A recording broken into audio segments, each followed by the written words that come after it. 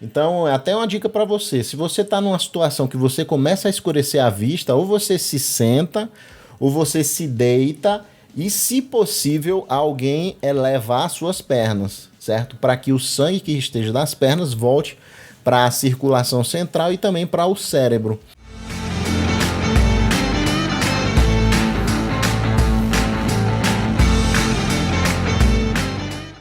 Fala pessoal, vou comentar aqui um fato que aconteceu com um jogador de futebol da Dinamarca. É o jogador chamado Christian Eriksen.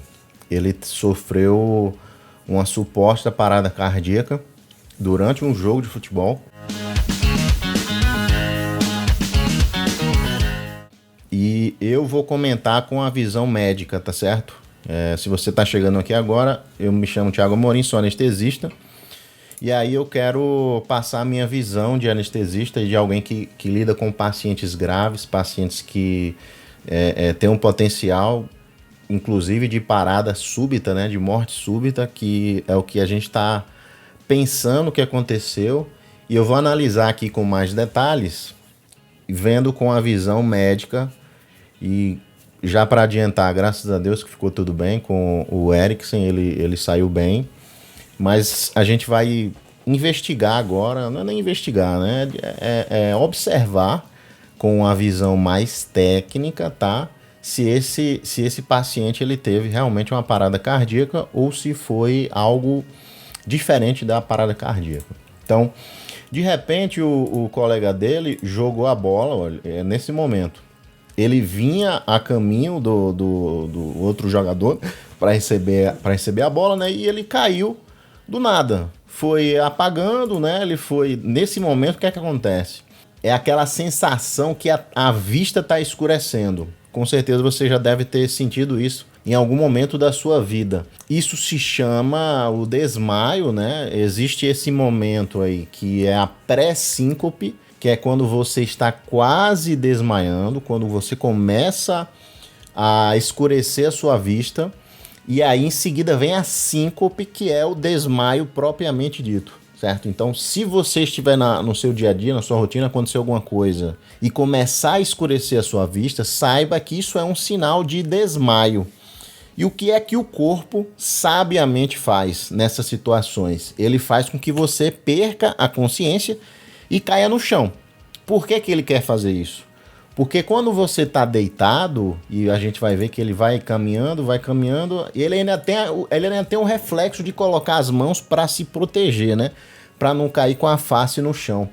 E aí, nesse momento, quando o paciente está deitado, que é o momento que ele está agora, o cérebro ele consegue receber sangue e, consequentemente, oxigênio com mais facilidade. Então, numa situação de pré-desmaio, né? Pré-síncope, como a gente fala...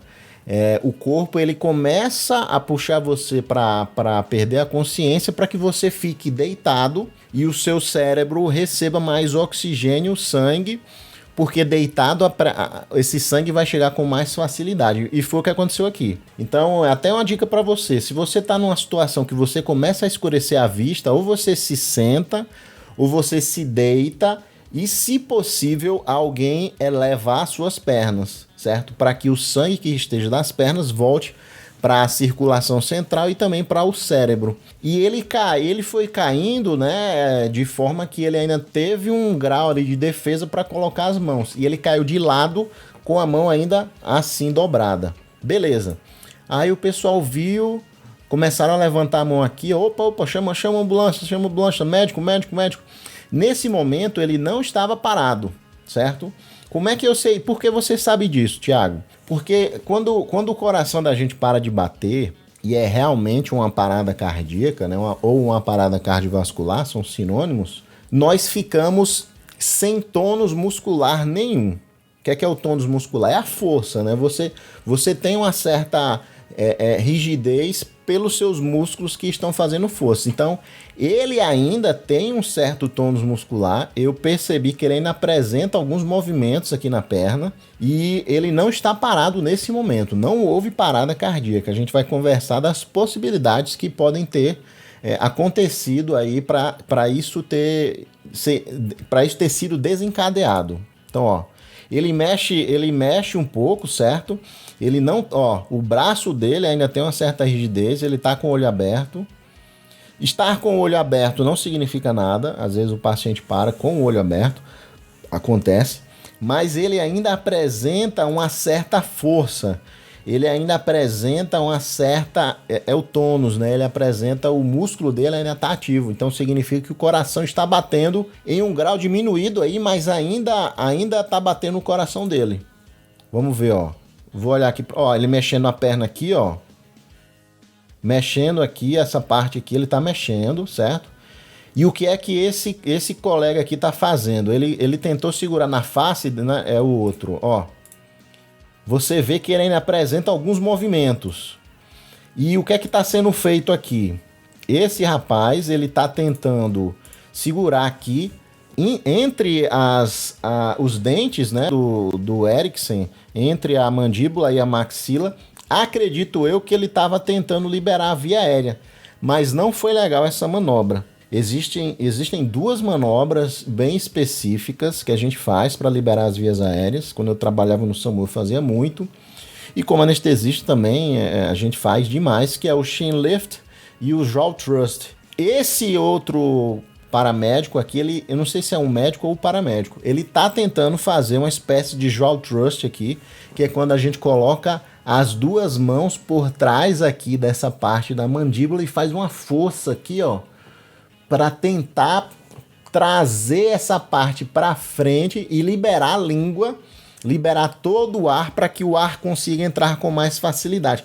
Então, essa posição que ele caiu é uma posição favorável, mas a posição que a cabeça do Eriksen está agora não é favorável, porque ele está assim. Ele está com a cabeça dele dobrada e isso impede que a respiração fique boa. Qual seria a melhor posição, Thiago? Seria ficar com a cabeça mais livre, né, com o pescoço mais livre e ainda o médico ou o paramédico, ó, fazendo aqui o jaw thrust, que é com força, inclusive dói, e essa dor pode até ajudar a acordar o paciente, né? Então, seria um ponto aí de melhora para as próximas ações aí dessa equipe, enfatizar a liberação da via aérea. E qual é a minha hipótese aí do que pode ter acontecido com esse jogador de futebol? Existem algumas teorias que podem ter acontecido, certo?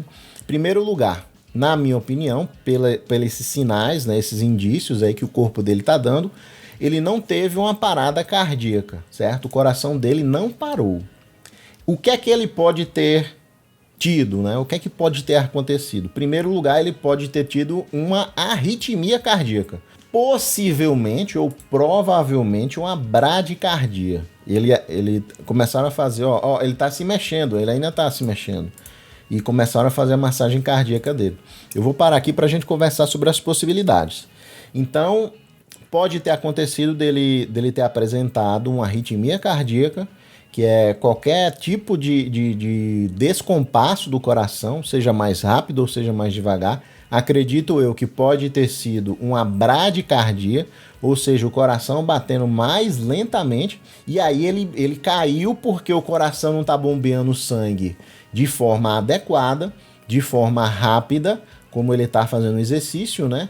Porque ele foi acometido por algum tipo de arritmia, porém ele não parou. E aí, durante essa bradicardia, que o coração está batendo devagar, a gente ainda consegue manter alguns sinais vitais e alguns reflexos, como o tônus muscular, como uma tentativa de respiração, que eu percebi que ele tinha algumas vezes, ele mexia um pouco assim, tentando fazer a respiração, mas a via aérea dele estava obstruída.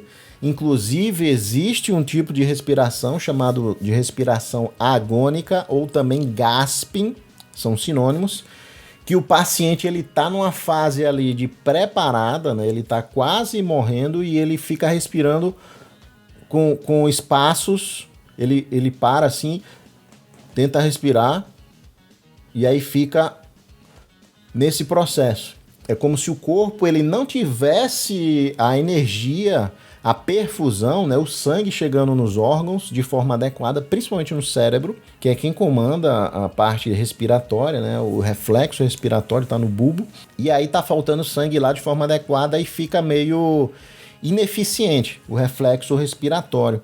E se a via aérea do paciente está obstruída, como é esse caso aí, provavelmente, fica mais difícil ainda para ele retomar. Então, eu acredito que existe uma chance bem alta dele ter apresentado essa arritmia, que seria uma bradicardia. Com atletas, nós sabemos que eles têm sim uma chance de morte súbita. Existem alguns atletas que possuem esse risco aumentado do coração parar de bater de repente, e isso está muito associado com atletas de alto rendimento. E justamente por isso precisamos de equipes de pronto atendimento em cenários como esse de futebol. E aí o pessoal chegou. Beleza. Eles tentaram fazer a liberação da via aérea, né, do paciente e não foi efetiva. O que foi que eles fizeram? Viraram o paciente com a barriga para cima. Presta atenção comigo. Ele vai mexer, ele mexe. Mexeu aqui, nesse momento, ele mexe. Ele tem um reflexo de movimento. Eu acredito que a liberação da via aérea dele teria sido fundamental, mas ninguém tá fazendo o jaw thrust, ninguém prestou muita atenção na via aérea. E aí, beleza. O que é recomendado, né, pelo ACLS, que é um protocolo que existe com relação às paradas cardíacas. Mediante a uma possível parada cardíaca, e se você está com dúvidas, eu também não vi ninguém palpando o pulso, possivelmente eles devem ter palpado o pulso aí, né? Só que se você ficar na dúvida, se você palpar o pulso carotídeo, né, esse daqui, durante 10 segundos e você ficar em dúvida, o recomendado é iniciar uma massagem cardíaca. E foi o que eles fizeram. Foi uma conduta aceitável, porque eles estão seguindo o protocolo do ACLS. Mediante a dúvida, você inicia uma massagem cardíaca. Mas, Thiago, você está dizendo que o Eriksen, ele não estava parado totalmente. Ele estava numa quase parada, como se o coração dele estivesse batendo muito lentamente, mas ainda estava batendo o coração. E existe problema em fazer uma massagem cardíaca nessas situações? Eu acredito que os benefícios são maiores que os malefícios de fazer uma massagem cardíaca nessa situação aí. Então, eu acredito que por não ter liberado a via aérea de forma eficiente, e talvez isso tivesse resolvido o problema do Eriksen, mas eles não conseguiram, né? Eles fizeram certo em iniciar a massagem cardíaca por estarem na dúvida. E a massagem cardíaca ela vai fazer com que o coração se contraia, né? Ela vai fazer de forma mecânica que o coração bata de forma artificial, porque existe uma pessoa ali apertando, né, o nosso osso aqui, o osso externo, e dói, isso machuca, pode quebrar costelas. Acredito eu que não deve ter quebrado nenhuma costela, porque ele é um homem, ele é saudável, ele é de uma idade bem jovem.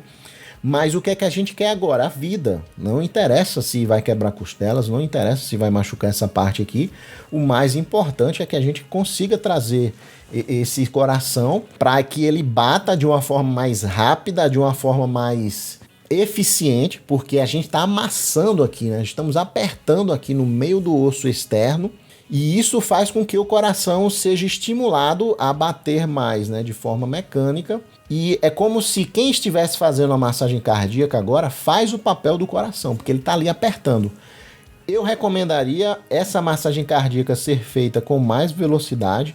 A recomendação daquele protocolo que eu falei, né, do ACLS, é de 100 a 120 apertos, né, massagens por minuto, certo? Então dava para ter feito um pouco mais rápido, mas tudo bem, eles continuaram. Quanto mais cedo você começar a massagem cardíaca, é melhor para o paciente. E agora eles fizeram a desfibrilação, certo? Então vamos conversar sobre a desfibrilação. Agora tiraram a camisa dele. Eu gostaria de ver aqui na parte da desfibrilação, eles colocaram aqui as pás. Ok, então o que é que eu tenho para comentar em relação a esse momento aí?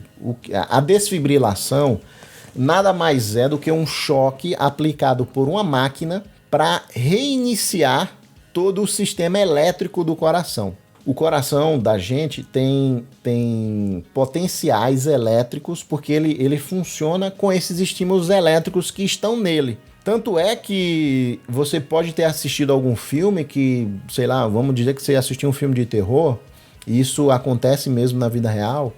Quando o coração é retirado de qualquer mamífero, e acho que outros animais também, mas tanto faz, ele ainda continua batendo. E isso é uma realidade, isso existe mesmo, porque o coração é como se ele fosse autossuficiente em relação a ele gerar o próprio estímulo para ele bater. Então, durante alguns segundos, quando é retirado, né, o coração nesse filme de terror, digamos assim, o coração ele ainda continua batendo de forma mais lenta, né, mais fraquinha, mas isso é verdade mesmo. E aí, quando um ser humano, ele possui uma arritmia cardíaca, o coração ele fica com a parte elétrica muito desordenada, caótica. E é como se o coração ele não conseguisse contrair de uma forma eficiente, de uma forma eficaz, contraindo-se todo, e ele fica batendo de uma forma desordenada. De tal maneira que o sangue ele não consegue ser empurrado com a pressão legal. Então, quando nós aplicamos uma desfibrilação, que é o choque, em duas situações chamadas de fibrilação ventricular ou taquicardia ventricular, que são duas arritmias. Então, olha, mais uma hipótese aí. Será que ele teve uma bradicardia ou será que ele teve uma arritmia cardíaca, que seria um ataque à arritmia, que é a fibrilação ventricular, ou ataque cardíaco ventricular? São essas duas arritmias que merecem ser chocadas, elas precisam ser chocadas. E o que é que o choque faz? O coração ele está batendo lá, ó, digamos que é a fibrilação ventricular. O ventrículo ele fica fibrilando. O que é fibrilar? Ele fica com leves contrações assim, mas ele não tá batendo, ele não tá contraindo todo junto, ele tá, ó, fibrilando. E aí quando vem esse choque, é como se você resetasse todo esse estímulo elétrico, né, que isso aqui é como se fosse um estímulo elétrico, você reseta isso e aí o coração tem a chance de voltar a bater de uma forma organizada. É como você desse o reset ali. E aí existe um foco que pode comandar o coração de forma organizada. E é através da desfibrilação. Eu acredito, vendo o vídeo aqui, que essa desfibrilação foi indicada de maneira correta. Por quê? Porque eles colocaram o DEA, certo? Eles usaram o DEA, que são duas pás que nós colamos no tórax. Uma aqui na parte direita e outra aqui abaixo do peito, certo? O DEA é aplicado e o DEA é uma máquina que analisa se existe uma arritmia cardíaca naquele momento. Então o próprio DEA, que é uma máquina, ele analisa o ciclo e ele fala, choque precisa ser aplicado. Arritmia que precisa de um choque. Aí todo mundo se afasta e a gente aperta um botãozinho lá do choque e acaba que tem essa contração, né? Como as pás são colocadas aqui na parte do peito, essa contração que existe, né? Esse choque, por isso que a gente faz esse movimento, né? O paciente faz esse movimento, é a musculatura do peitoral fazendo a contração. E aí os braços mexem também. Quem faz esse movimento aqui de aproximação dos braços, né, é a musculatura peitoral. E é por isso que há essa força assim, né, que o paciente faz. Então a máquina analisou, foi indicado o choque e logo após o choque nós precisamos iniciar imediatamente a massagem cardíaca. E depois de 2 minutos pedimos para o DEA analisar novamente. Essa é um tipo de condução de uma parada cardíaca que o DEA é que vai liberar e vai liderar, e essa parada cardíaca ela é feita fora do hospital. Por isso nós usamos o DEA. Dentro do hospital, ou se tivesse chegado uma ambulância aí, nós usaríamos o desfibrilador, que é como se fosse esse DEA, né? Mas de forma automática, e um médico iria ver o ritmo cardíaco que o paciente estava, e aí ele ia indicar ou não indicar o choque nesse paciente. Então, quais são as conclusões para o que aconteceu aqui, né? Análises positivas, análises negativas, sempre assim de uma forma construtiva, tá? Nos momentos de tensão, nos momentos de intercorrências, eu tenho certeza que todo mundo aí tentou dar o máximo, tentou fazer 110% para salvar a vida desse jogador. Mas a gente vai analisar aqui de uma forma técnica de como melhorar esses processos.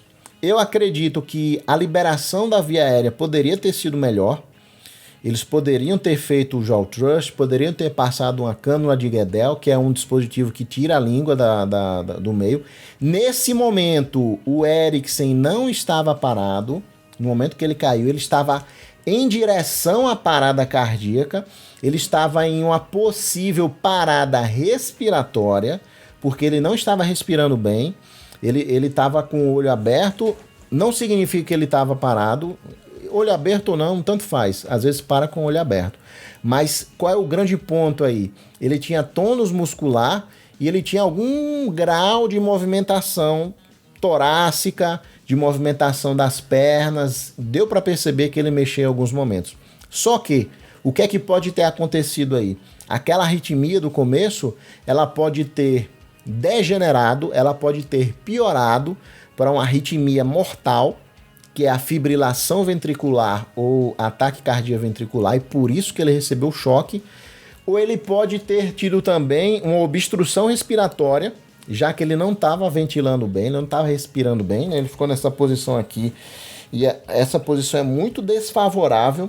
A maioria das pessoas que tem um acidente e falece no acidente, a maioria delas é por causa respiratória, seja porque ela bateu o carro, desmaiou e ficou assim, e é uma pessoa que já tem uma massa aqui, né? Uma pessoa que tem um certo sobrepeso, e ao ficar nessa posição ela parou de respirar e pode ter morrido. É uma das possibilidades que pode ter acontecido aqui. Ele estava quase parando, né? O coração ainda estava muito fraco ali, ele ficou nessa posição, não conseguiu respirar bem e acabou tendo uma parada por hipóxia e desenvolveu uma arritmia cardíaca também. Em consequência a isso, ou ele pode ter evoluído, a arritmia inicial que fez ele desmaiar, evoluiu para uma arritmia mortal, que é ataque cardíaco ventricular ou fibrilação ventricular. E aí a equipe ela começou a atuar, fazendo a massagem cardíaca, fizeram a desfibrilação e, graças a Deus, ele foi retirado do campo de futebol com a suplementação de oxigênio. Eu vi uma cena que ele estava com a cabeça para cima, ele estava vendo, estava com o olho aberto, ele voltou, certo? Ele voltou, ainda bem que ele voltou bem. Alguns amigos meus falaram que demorou um pouco a atuação da equipe, né? Nesse momento nós tentamos ser o mais rápido possível, porque assim, quanto mais rápido você for, melhor o paciente volta depois. Quanto mais tempo a gente ficar sem a massagem, sem o auxílio, o nosso cérebro ele começa a sofrer danos, o nosso coração começa a sofrer danos porque ele não está recebendo sangue de forma adequada. Então, essa foi a visão do que aconteceu, uma visão bem técnica, né? Nós levantamos algumas hipóteses aqui, nada tem certeza absoluta, só quem estava lá que sabe, mas espero que tenha ficado claro assim o que aconteceu, desmistificado essa questão da parada, né, no começo, só que depois houve realmente uma parada, tanto é que o desfibrilador externo ele indicou um choque para o paciente, tá certo? Se você achou legal esse conteúdo, deixa o seu like no vídeo para a gente difundir informações de qualidade. E é isso, aqui nós conversamos muito sobre medicina. Um grande abraço do seu amigo Thiago e até o próximo vídeo. Tchau!